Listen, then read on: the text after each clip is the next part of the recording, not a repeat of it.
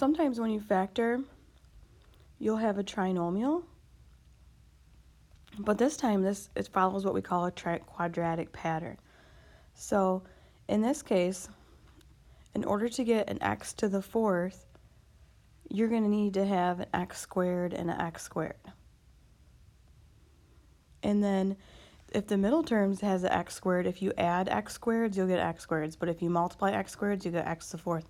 And that way we have a quadratic pattern. So it's a trinomial, but instead of the first one being x, it's going to be x squared.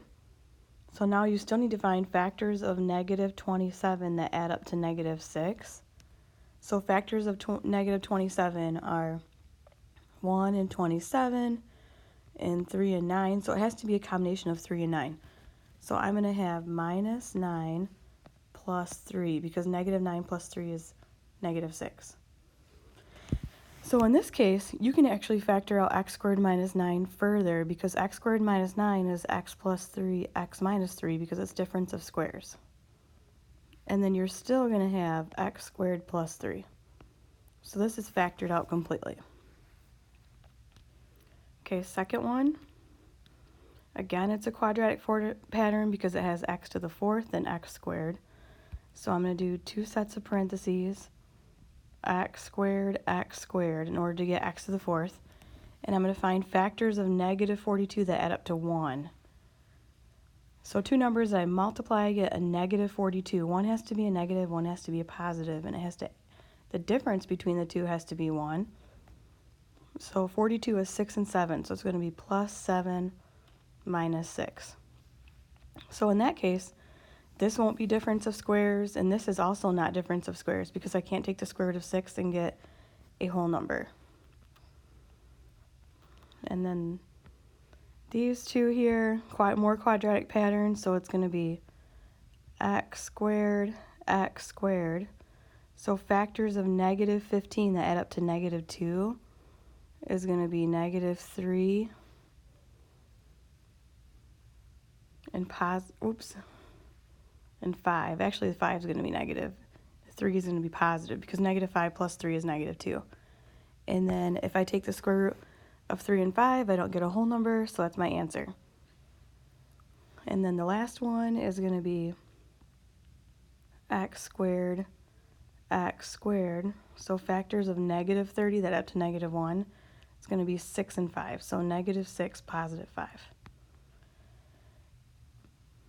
All right, now you can use a quadratic pattern when you're going to solve it. See the difference between example 1 and example 2? Okay, these problems down here are solving because you have an equal sign. So we're going to solve by using the zero product property and setting each factor equal to 0. The directions read to leave an exact simplified radical form, so no decimals. So I'll demonstrate that. So this first one, I'm going to factor with the quadratic pattern equals 0. So it's going to be x squared. Factors of negative 30 that add up to positive 1 is going to be plus 6. And then x squared minus 5 equals 0. So now I'm going to use the zero product property and set each one of these equal to 0. So x squared plus 6 equals 0. And x squared minus 5 equals 0. So solving for x, I get x squared equals negative 6. So I take the square root. So x equals, now because I have x squared, this could be a positive or negative. So I have to write plus or minus. And the square root of negative 6 is the square root of 6, I. Okay, because the square root of negative numbers are imaginary numbers. And now I'm going to do the same thing over here. So I'm going to get x squared equals 5. And I'm going to take the square root. So it's x equals plus or minus root 5, I. Oops, this one doesn't need an I. I'm just going to say that this one doesn't need an I because you're not taking the square root of a negative number. In this one, you're taking the square root of a negative number. That's why we have I. This one doesn't need an I. Okay, second one. So I have x squared. It's a quadratic pattern again. X squared equals 0. So two numbers that when I multiply I get negative 60, and when I add I get negative 4. So factors of 60, there's a lot of factors of 60. 1 and 60. 2 and 30. 3 and 20. 4 and 15. 5 and 12. And 6 and 10. 6 and 10. So it's got to be 6 and 10. So it's going to be minus 10 plus 6. So now I'm going to use the zero product property again and do x squared minus 10 equals 0 and x squared plus 6 equals 0. So x squared equals 10. So x equals plus or minus root 10, and this one's going to be x squared equals negative 6. So x equals plus or minus root 6i. So this one has an I again because it's an imaginary number. You're taking the square root of a negative number. Okay, I'm going to factor this one. It's a quadratic pattern again, so it's x squared. So factors of negative 12 that add up to negative 1 is going to be x squared minus 4, x squared plus 3. So I'm going to factor this out further. So this is going to be x plus 2, x minus 2, and then I still have x squared plus 3. So my solutions are going to be negative 2, because I would set x plus 2 equal to 0, 2, and then I'm going to solve for x right here. So x squared plus 3 equals 0, x squared equals negative 3, x equals plus or minus the square root of 3i. So plus or minus root 3i. Those are my solutions. Okay, the fourth. So I'm going to find factors of 18 that add up to negative 9. So x squared equals 0. So two numbers that I multiply, I get 18, I add, I get negative 9. So factors of 18 are 1 and 18, 2 and 9, and 3 and 6. So it's got to be a negative 3 and a negative 6, because negative 6 and negative 3 add up to negative 9, but they also multiply to 18. So I'm going to set each one of these equal to 0. So x squared minus 3 equals 0. X squared equals 3. X equals plus or minus square root of 3. And then x squared minus 6 equals 0. X squared equals 6. And this will be plus or minus root 6.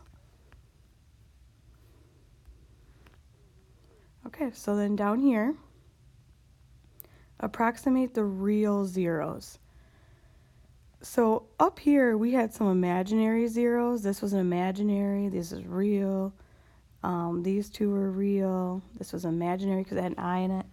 So real zeros are where it crosses the x-axis. So the 0 right here would be almost negative 1. So I'm going to approximate and write negative 0.8. This 0 right here looks about 1. This 0 right here is between 4 and 5. It looks a little past 4.5, so I'm going to write 4.6. So I'm approximating. And then this 0 is almost to negative 2, so I'll put negative 1.8. And over here, it looks like it's halfway in between 1 and 2, so 1.5. That's approximately. You're not getting exact.